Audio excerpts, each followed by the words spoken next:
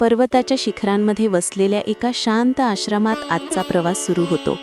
पहाटेचा वाऱ्यात वाहणारा मंत्रध्वनी वातावरणाला पवित्र बनवतो.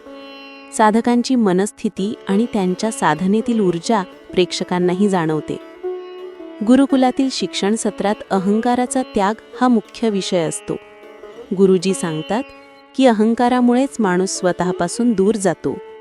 त्यांच्या मृदू पण प्रभावी शब्दांनी प्रत्येकाला अंतर्मनात डोकावण्याची प्रेरणा मिळते. पुढे सेवाकार्यात गुंतलेल्या साधकांच्या कार्याची ओळख करून दिली जाते. वृद्धांची सेवा, पर्यावरण संवर्धन आणि अन्नदान या प्रत्येक कार्यात निस्वार्थ भावनेची झलक असते. परमात्मा ही रूप घेऊन सेवाकार्यातच भेटतो, ही भावना इथे प्रकर्षाने जाणवते. दुपारी अग्निहोत्राचा सोहळा सुरू होतो. अग्नीमध्ये अर्पण होणारे धान्य, तूप आणि मंत्रांचा स्वर यांमधून वातावरण शुद्ध होते. या शुद्धीकरणाच्या प्रक्रियेत मनही निर्मळ होत जाते आणि ध्यानाची अवस्था सहज मिळते.